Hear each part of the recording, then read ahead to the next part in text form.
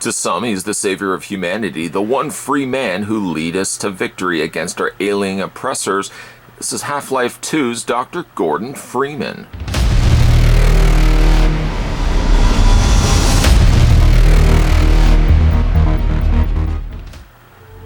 The figure includes a 0-point energy field manipulator, a crowbar, 2 sets of interchangeable hands, a bug bomb, and of course, a head crab.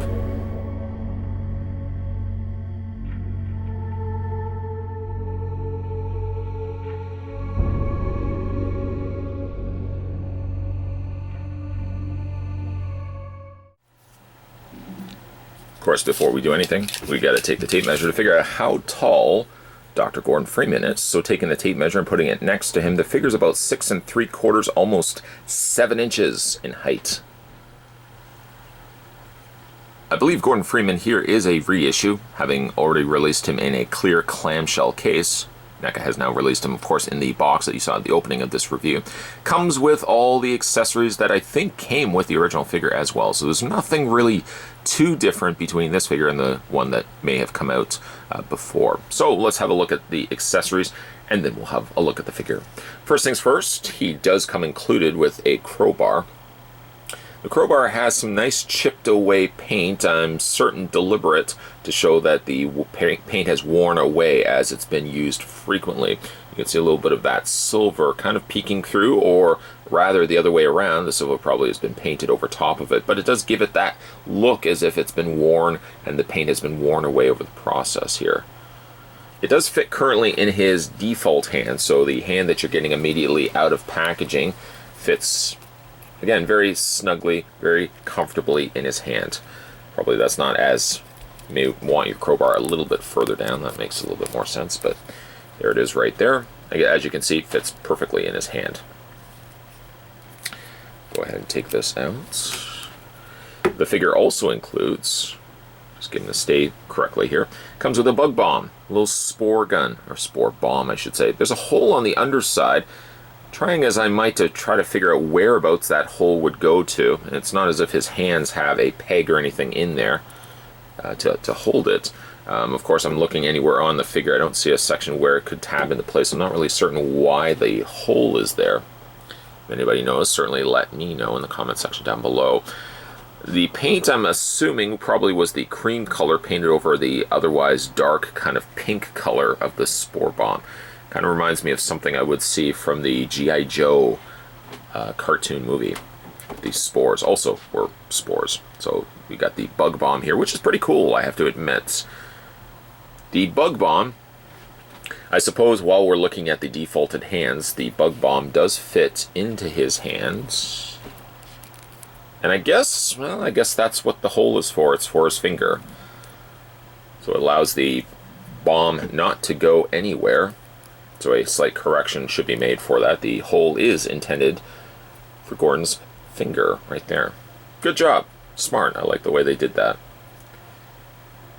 Also included is a series of interchangeable hands, and a lot of those hands are primarily used for this, the 0-point energy field manipulator or gravity gun. Looks really good. I suppose I should stress this, that the prongs on the end of the gun are a little on the thin side, plastic-wise that is. So be mindful of this, and certainly double-check the packaging. I don't know if they switched packaging for this purpose and this purpose alone, but I had heard some stories where the clear clamshell cases that held Dr. Gordon Freeman prisoned before, a lot of times these prongs were broken as a result of it. I guess the packaging is not that much greater here on the box, but be mindful that these prongs, when you do buy the figure, these are not broken. Nice paint, generally pretty much one color of gray. I'm sure that was the base color, and then they've painted in this almost rusted orange all around the little creviced areas of the gun, and then you've got like little areas where you just almost see the paint peeking its way through. It's got a really rusted, really old, dirty look to it. It looks very cool though. To fit this into his hands, you could force it into the existing hands, curse a little bit, force it in again, curse a little bit more. save yourself the trouble, my friends. Just simply take the hands out. And I will say, the hands are very difficult to pop out. The bowl socket here, I don't know what it is about it. I mean, it seems no different than any other figure that I've picked up from NECA. And yet changing out the hands seems to be just a little bit more force is required. Pop those out. Take the hand, replace that back into place. This is going somewhere. We're going to need those hands for a second.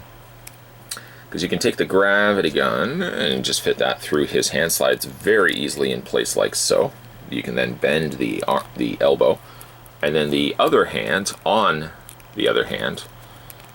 Really should make that into a t-shirt. On the other hand. And then you can see that he holds the gun with both ends. So that's what those other hands are for. I suppose you could keep those hands in place if you want to use the crowbar, but the crowbar will sit much looser. May likely just drop right through the hand. So depending on what you want to use it for, I think for the purpose of what other thing he comes with, I probably would be displaying him more so with the 0-point energy manipulator, field manipulator gun.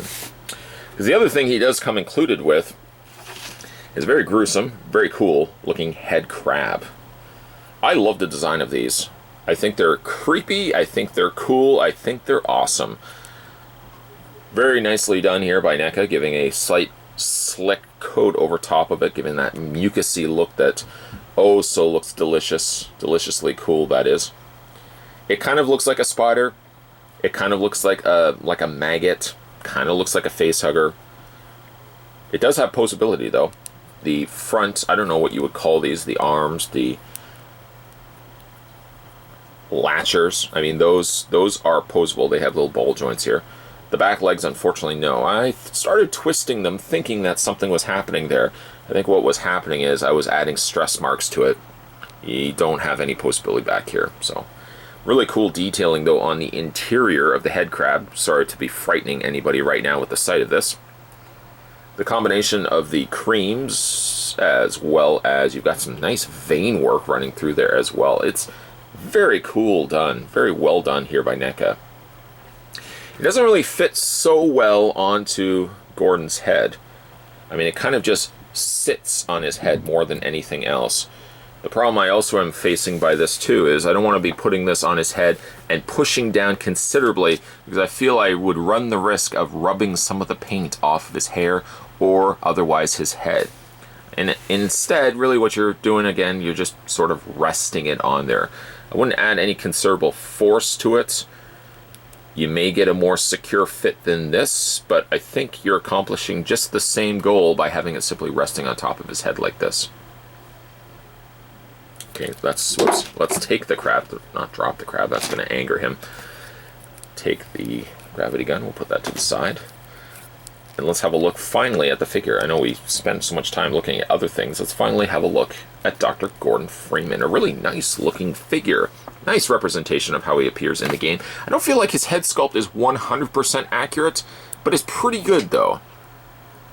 I do have one issue though, where the glasses, I keep wanting to adjust them all over the place. I keep wanting to move them up.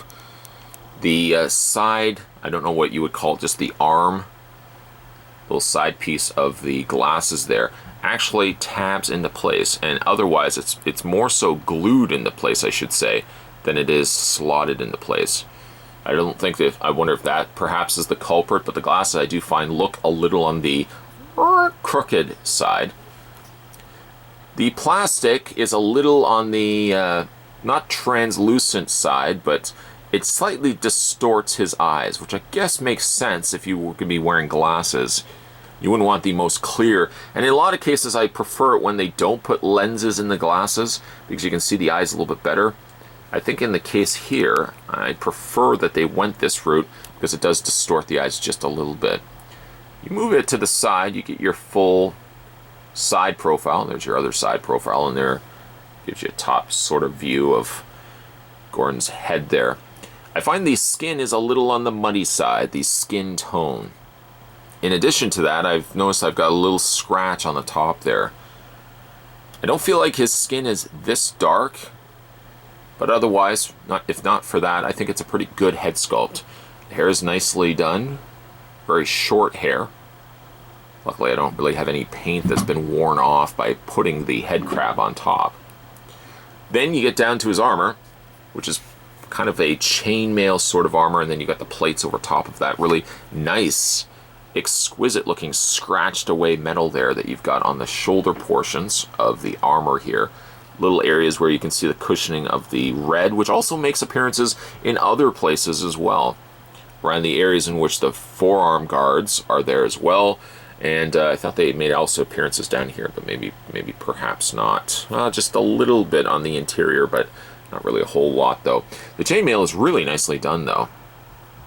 I'm assuming that the plastic was probably likely black. They just dry brushed over top of it the gray, giving you the look and the feel and the sense that this is chainmail, and I think it's well executed here.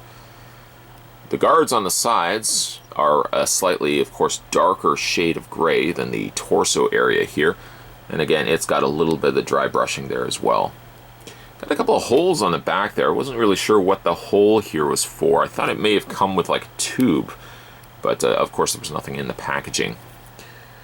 Then you get down to the lower areas of the legs. You got some nice scratches here on the side, some nice little small areas of texturing, and you can see just natural wear and tear to the suit itself. Little scratches and gashes down there as well, and then you get down to the boots. He does have peg holes on the undersides of his feet. It seems a more trend be apparent that don't include really any sort of display stand. I'd love for them to start getting into more little diorama, little bases. Doesn't have to be a considerably large base, but little scene-specific bases, just about this big, in which you could plug the figure into place, and it reenacts just at the very least a small section. Doesn't have to be considerably large, but just about that of a scene from whatever the character is from. So whether it be a movie, a video game, whatever the case may be. Let's look at his posability here. His head rotates all the way around, but it doesn't rotate all the way around where the head is attached to the neck. Rather, the ball joint is at the base of the neck, and it plugs into, of course, the socket of the torso. The arms hinge outward, as well as you can rotate the arms all the way around. He has a swivel right at the forearm area, or at where the bend of the elbow sits. Of course, you've got the bend in the elbow happening there. Hands rotate all the way around, hinge back and forth. It's pegged, so really anything sitting on a ball peg, you can do the same thing with the hands here. Upper torso does have a ball joint. Lower torso does not, just I guess due to the way the sculpt is. The legs go forward, the legs go back. The legs go out in a very awkward way because of the way that the plates are on the sides of his legs. I just want to assure you, though, that the plates, let me just see if I can show you here. The plates are a softer rubber plastic. So even though the legs, I find like the pegs seem slightly lower on this side than on this side here. It might simply just be the case that it's the way I've got it kind of lined up here. These can also swivel at the cut at the top of the thigh. He does have a bend at the knee, which also allows the lower leg to rotate. And he also does have that same similar peg on the foot that he did on the hand. So with that, you've got the hinge up and down, and that can also rock back and forth. A nice looking figure. Didn't get it the first time around. Really glad that I picked it up this time around. I'd really like to see NECA release more reissue figures of perhaps figures that collectors didn't get a chance to get the first time around. I'm not really sure if there's that much different between this Dr. Gordon Freeman from Half-Life 2 and the original release that came in the clear clamshell case. If you've picked up that other figure, let me know down below if you see any noticeable differences between the two figures. This one, I do think he's got a good fair share of accessories. I like the head sculpt, although I think that the skin tone may be a little on the muddy side. I think everything else about the figure is really top-notch. Also, the bonus to that is all the accessories that he comes included with, as well as a very gross and very cool-looking Headcrab, which I may likely kind of display him kind of fighting off one of the Headcrabs attacking him. Today, though, we were having a look at the NECA Toys Half-Life 2 reissue, Dr. Gordon Freeman. If you guys haven't had a chance to hit that little subscribe button down below, make sure you do so. I'm going to have some more videos coming your way. Is that what you do? Yeah, that's what I do, all the time. More videos will be coming your way, guys. As always, thanks for watching. See you next time.